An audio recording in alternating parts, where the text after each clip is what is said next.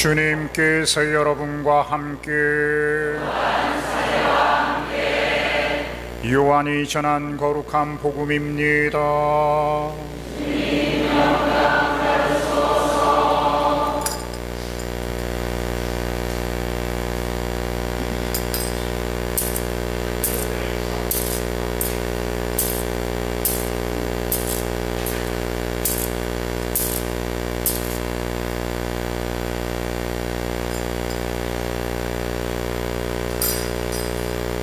그때 예수님의 십자가 곁에는 그분의 어머니와 이모 클로파스의 아내 마리아와 마리아 막달레나가 서 있었다.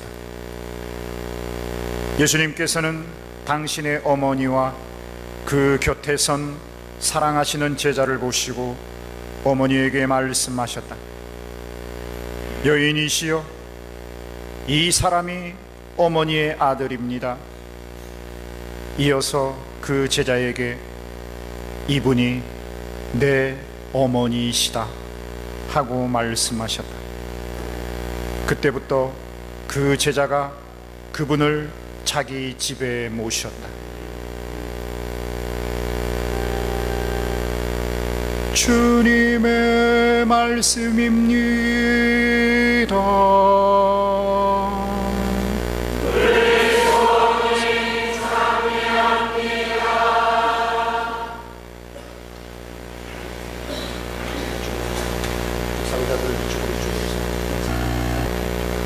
의자들 앞으로 그 의자들 저쪽 봐.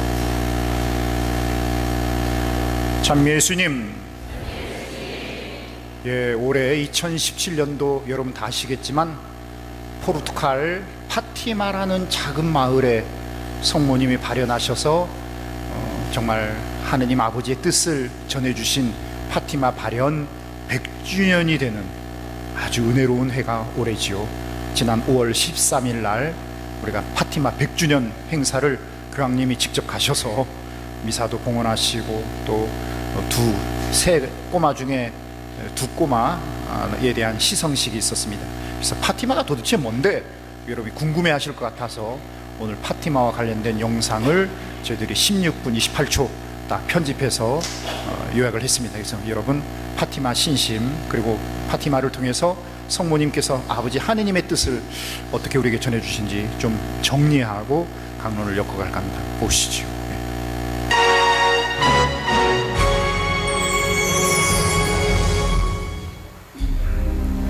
인류 역사에서 20세기는 끔찍한 비극과 지독한 고통을 낳았다. 그랬기에 20세기 시작에 하느님께서는 어머니 마리아와 천사를 파티마로 보내셨는데 제1차 세계대전은 20세기 비극이 문을 열었다. 1914년 6월 28일 오스트리아 황태자 부부가 보스니아의 사라예보에서 암살되면서 제1차 세계대전이 시작되었다.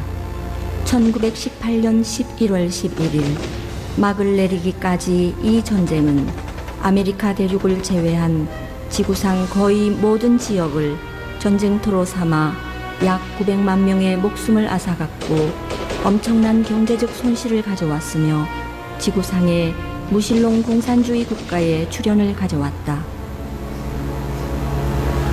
한편 제1차 세계대전이 한창이던 그때 러시아에서는 또 하나의 비극적 역사가 전개되고 있었다.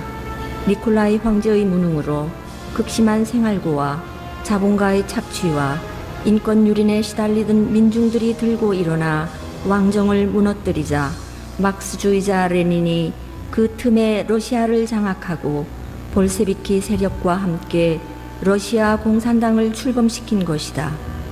성모님께서 파티마에 오신 바로 그 해 1917년 11월 7일이었으며 성모님의 예언대로 러시아 공산당의 만행은 곧바로 시작되었다.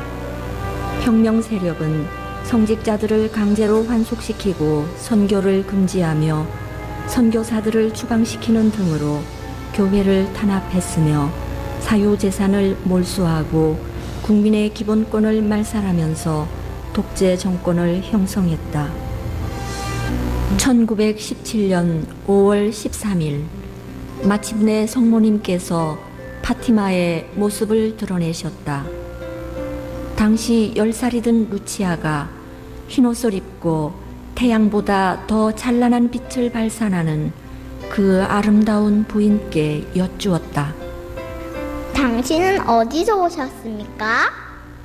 나는 하늘나라에서 왔단다. 루치아의 몇 가지 질문에 답하신 후 이번에는 성모님께서 물으셨다. 너희는 너희 자신을 하느님께 바치고 하느님의 마음을 상해드린 죄의 보속과 죄인들의 회개를 위해 하느님께서 너희에게 보내시려는 고통을 기꺼이 참아 받겠느냐? 예, 그렇게 하겠습니다. 너희는 많은 고통을 받겠지만 하느님께서 은총으로 위로해 주실 것이다. 그리고 덧붙이셨다. 전쟁이 끝나고 세상에 평화가 오도록 매일 묵주 기도를 바쳐라. 1917년 10월 13일 파티마에는 아침부터 폭풍우가 쏟아졌지만 그것에 아랑곳하지 않고 수만 명의 사람들이 모여 있었다. 성모님께서도 비를 뚫고 빛나는 구름을 타고 오셔서 말씀하셨다. 나는 묵주기도의 모후이다. 나를 공경하는 뜻으로 이 자리에 성당을 지어라. 매일 묵주기도를 바쳐라. 전쟁은 곧 끝날 것이며 군인들은 귀향하게 될 것이다. 이어서 슬픈 표정으로 이렇게 말씀하셨다. 인류는 이제 더 이상 하느님의 마음을 상해 드려서는 안 된다. 그분은 이미 너무 많은 상처를 입으셨다.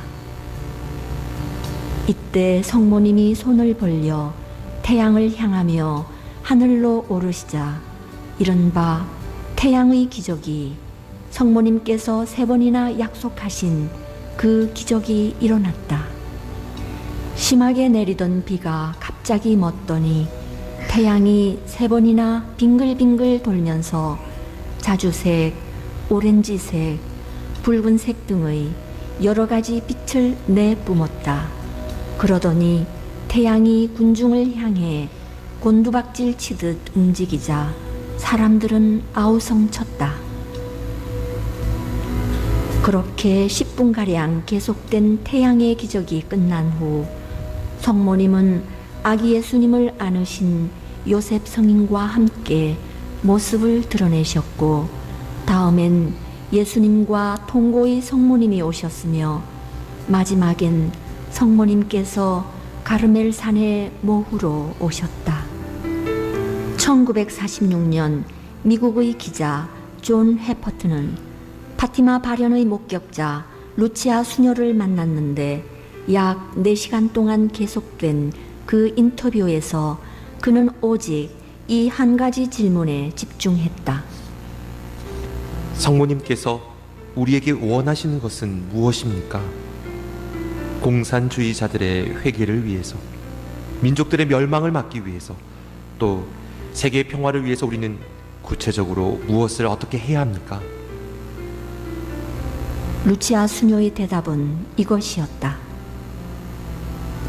매일 자신의 모든 의무를 성모님께 봉헌하고 그 봉헌을 생활화하는 것이다. 바로 이 만남에서 파티마의 세계 사도직 서약문이 탄생했다. 저는 성모님께 서약합니다. 사랑하올 여왕이시며 어머니이신 마리아님, 어머니께서는 파티마에서 나는 묵주기도의 모후이다. 매일 묵주기도를 계속해서 바쳐라. 사람들은 생활을 고치고 자기들의 죄에 대한 용서를 청해야 한다라고 하시며 어머니의 요청을 실행하면 세상의 평화가 올 것이라고 약속하셨나이다. 그러므로 제가 지은 죄와 세상의 죄에 대한 보속으로 어머니의 티 없으신 성심께 드리고자 매일 묵주기도를 바치고 그 신비를 묵상하며 일상생활에서 오는 어떠한 고통도 희생으로 참아받으며 어머니께 저를 봉헌하는 약속의 표시로 스카플라를 착용할 것을 저는 엄숙히 약속하나이다. 존 해퍼트는 미국으로 돌아온 후 대대적인 캠페인을 벌여 파티마 메시지를 전하고 이 서양문에 동참하는 사람들의 서명을 받았다. 그해 1946년이 저물 무려 125만 명이 서약서에 서명하고 동참했다. 한편 바로 그해 플레인필드의 성 마리아 성당에서 사목하던 해롤드 콜겐 신부님은 미사 중 갑자기 심장마비로 쓰러진 후 입원 중이던 12월 8일 침대 곁에 있는 성모상 앞에서 이렇게 약속했다. 사랑하올 어머니, 제 건강을 회복시켜 주십시오. 그러면 제게 남은 생을 오로지 어머니를 위하여 바치겠습니다. 그 후 콜겐 신부님은 기적적으로 건강을 되찾아 다시 사목에 복귀할 수 있었다.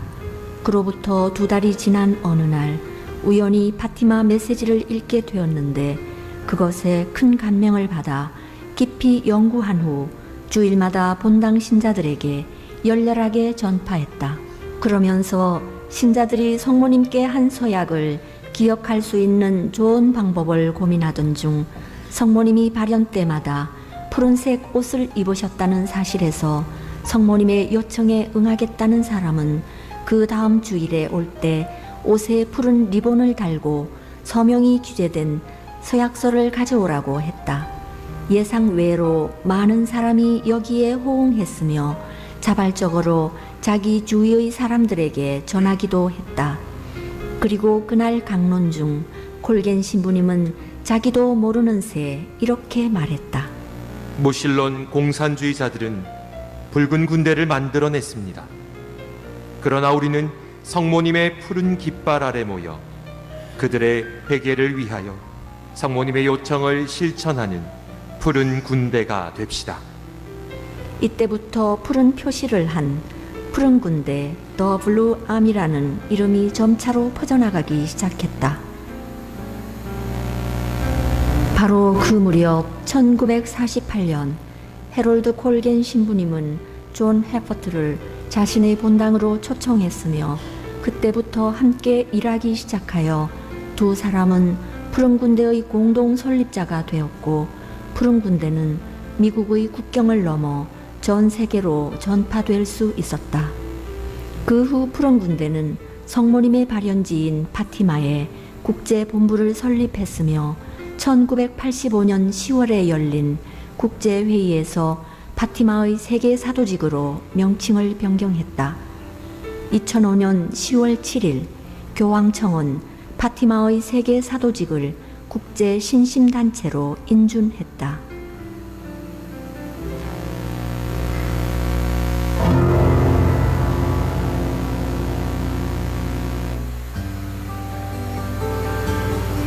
(1953년) 38선 최전방에서 사목하고 있던 한국 주둔 미군 제1해병대 소속의 마테오 스트럼스키 군종 신부님은 공산주의와 싸우고 있는 한국에 푸른 군대를 전해야겠다는 생각이 들었다. 그래서 파티마에서 순례 성모상을 모셔왔으며 그해 3월 26일에 열린 한국 주교회의에 초대되어 파티마 성모 순례의 의의와 계획을 설명한 후 모든 주교님들의 호응으로 바로 그날 서울에서 우리나라를 성모님께 봉헌하는 대규모 봉헌식을 가졌다. 그 시각에 판문점에서는 포로 교환 협의가 진행 중이었다. 1953년 4월 5일 판문점 가까이에서 파티마의 순례 성모상 축복식이 있었는데 이어서 노기남 대주교님은 한국 푸른 군대의 첫 번째 회원이 되었으며 많은 가톨릭 신자 장병들도 푸른 군대 회원이 되었다. 그해 4월 19일부터 마테오 신부님은 파티마의 순례 성모상을 모시고 최전방에서 출발하여 피난민이 많이 거주하는 남한의 주요 도시 순례에 나섰는데, 이때 수많은 신자들이 푸른 군대의 사도로 동참했다.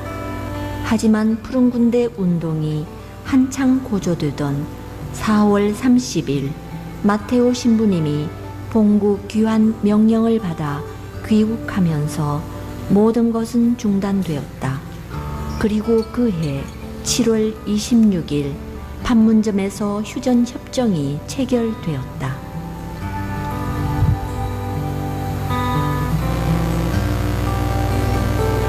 그로부터 10년이 지난 1963년 부산 동항성당에서 사목하던 하 안토니오 신부님에 의해 푸른 군대는 새로 출발하게 되었다. 하 안토니오 신부님은 푸른 군대에 관한 안내 책자를 만들고 파티마에서 순례 성모상을 모셔와 1964년 7월부터 전국의 여러 본당을 방문하면서 본격적으로 푸른 군대 활동을 시작했다. 한국에서의 푸른 군대의 새 출발이었던 것이다. 그리고 1964년 8월 15일 하 안토니오 신부님은 당신이 사목하는 동항성당 사제관에 푸른 군대 한국본부 현판을 내걸었다.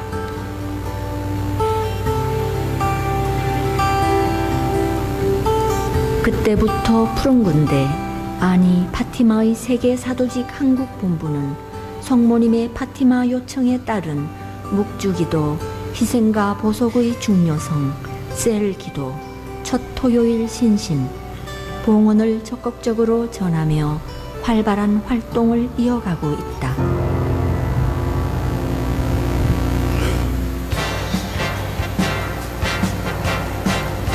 하지만 여기서 우리 파티마의 세계 사도직의 역할은 그치지 않는다.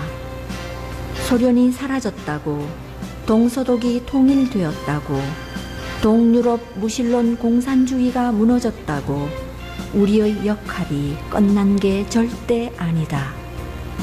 성모님께서 내가 말하는 것을 실천하면, 내 요청이 채워지면 하고 약속하신 것은 러시아로 대표되는 무신론 공산주의의 퇴치만이 아니었다.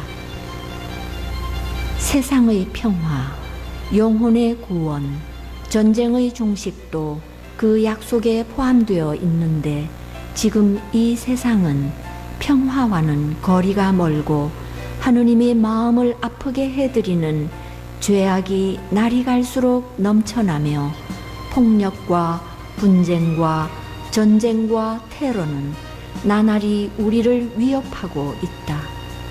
더욱이 우리 한반도는 북한의 김일성 3대 체제와 총구리를 겨누며 맞서고 있다. 1917년 첫 발현 후 100주년을 향해 가는 이 시점에서도 우리가 파티마의 메아리에 귀를 기울여야 하는 이유가 바로 여기에 있는 것이다.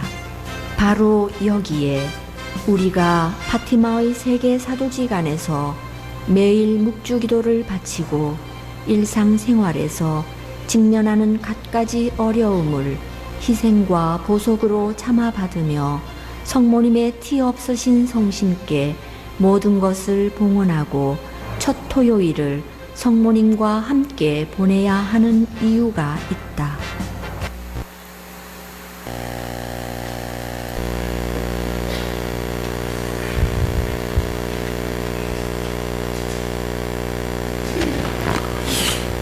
지난주 일요일 날 노영성당이 본당의 날을 맞아서 체육대회를 한 모양이에요. 저희 어머니가 82세에 났는데 전신자들 나와서 줄다리기를 참여하라고 해서 82세 난 할망이 줄다리기를 매달렸다가 이기는 쪽에 꼴랑지에 샀다가 사람들이 자기 위로 덮쳐가지고 척추뼈가 2개나 나가고 지금 제주대학병원에 입원을 했습니다. 저희 누님이 문자가 와서 어머니 입원, 노인네 노망했는지 줄다리기에 참여했다. 웃을 수도 인상 쓸 수도.